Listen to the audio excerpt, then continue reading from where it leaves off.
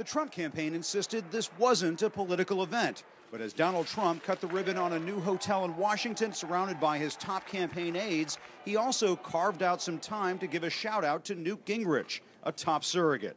By the way, congratulations, Newt, on last night. That was an amazing interview. We don't play games, Newt, right? We don't play games. Trump was talking about this interview on Fox News, where Gingrich bitterly clashed with host Megyn Kelly, who was pressing the former speaker on the accusations of sexual misconduct, hounding the GOP nominee. You are fascinated with sex, and you don't care about public policy. Me? Now, that's really? what I get out of watching you tonight.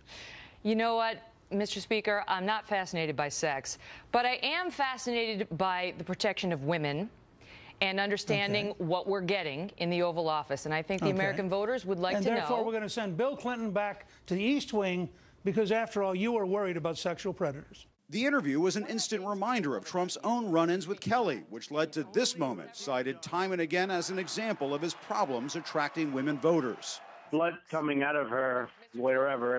My theme today is 5 words: under budget and ahead of schedule. We don't hear those words too often in government, but you will. Trump is pointing to his glitzy new hotel to show voters what he can do for the country. He's repeatedly used his properties as campaign backdrops, from Florida to Scotland. This is what I want to do for our country, and this is what we're working so hard to do. Right now, just about everything our government touches is broken or they break it. It's always over budget, behind schedule, and simply nothing works.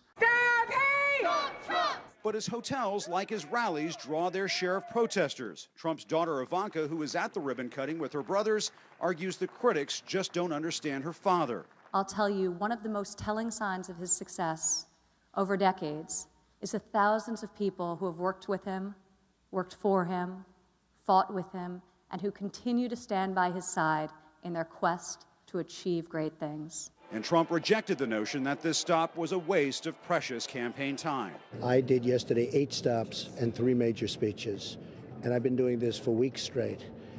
I left there for an hour and a half. I'm going to North Carolina right now, then I'm going to Florida, I'm going up to New Hampshire. For you to ask me that question is actually very insulting, because Hillary Clinton does 1 stop and then she goes home and sleeps. And yet you'll ask me that question.